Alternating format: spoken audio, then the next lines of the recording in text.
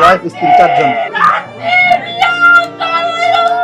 আমার পরিবারে কেউ নেই, ওই একটাই ছেলে আমার বংশের, ওই একটাই বাচ্চা, ওকে মেরে ফেলছে। আমরা 2 বোন আর এরা 2 ভাই বোন। এই ছেলেটাকে মেরে সবাই গেল।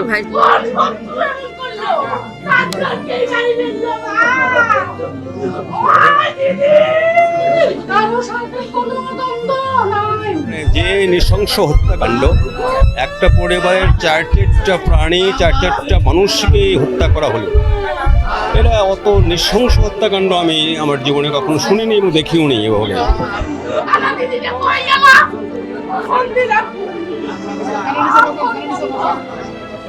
পুরো পরিবারটা ভাই, একটা মানুষ তো মানে বাঁচা নাই। উনি বাড়ি করার সময় ওনার বাড়িতে নিয়ে অনেকটাই প্রবলেমের কথা বলছিল, যে আমার কাছে টাকা পয়সা মতো এটা সেটা। আমি যে কারা চাই বলেন আপনি, সেটা তাদের নাম 2-1 জনের নাম বলেন।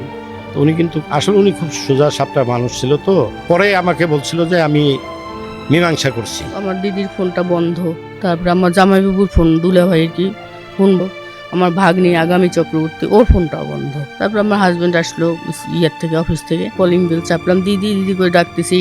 প্রার্থী আগামী, আর একটা নাম প্রার্থী আগামী, প্রিয়ম, জামাইবাবু করে ডাকতেছি, কোনো সারা শব্দ নেই, অন্ধকার। আপনার কেউ কিছুই বলতে পারেন না, এত পাশাপাশি বাড়ি?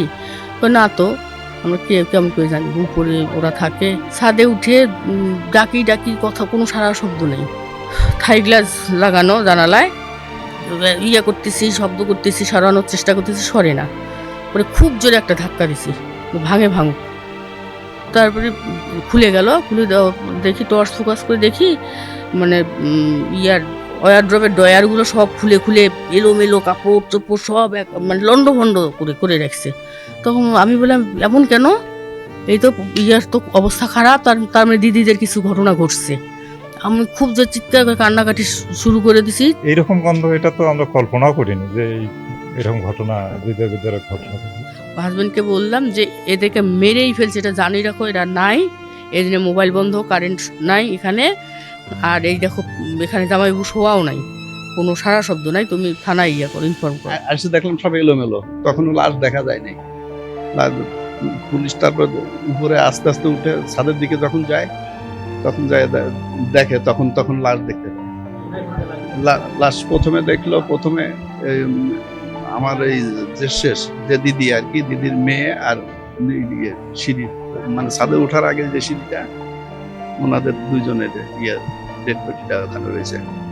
তারপরে আবার ছাদে উঠাউঠি করে ঘোরাঘুরি করে দেখে ছাদের এক কিনারে আমার ওই বাইরের লাশটা আছে। ওখানে টিন, মাথার উপরে টিন দিয়ে রয়েছে একটা, আর পুরো বডিটা ফাঁকা। আমরা সুষ্ঠু বিচার চাচ্ছি। আমরা সরকারের কাছে বড় জোরে সপরিবারের বিচার চাচ্ছি। প্রাথমিকভাবে প্রতীয়মান হয় যে এটা খুন, এদের সবাইকেই হচ্ছে শ্বাসরোধ করে খুন করা হয়েছে, এবং এই খুনের পিছনে মোটিভ ইন্টেনশন এখনো ক্লিয়ার না। তবে বাড়িটা যেভাবে তছনছ করা হয়েছে, সেখান থেকে টাকা পয়সা বা অন্যান্য মূল্যবান জিনিসপত্র লুটপাট হয়েছে বলে আমরা মনে করছি। তা আমরা অনেকগুলো বিষয় নিয়ে চিন্তাভাবনা করে আগাচ্ছি, এবং আমরা আশা করছি যে খুব দ্রুতই এই ঘটনার সাথে কারা জড়িত আছে এটা বের করে ফেলতে পারবো। গায়ে আঘাতের চিহ্ন আছে, এটা আসলে সুরতাল রিপোর্ট পুরোপুরি আসলে তখন বোঝা যাবে। তবে আমরা প্রাথমিকভাবে যেটা দেখেছি যে সবাইকে শ্বাসরোধ করে হত্যা করা হয়েছে, সবার আর মুখের মধ্যে গামছা বা নাইলনের দড়ি পেঁচানো ছিল।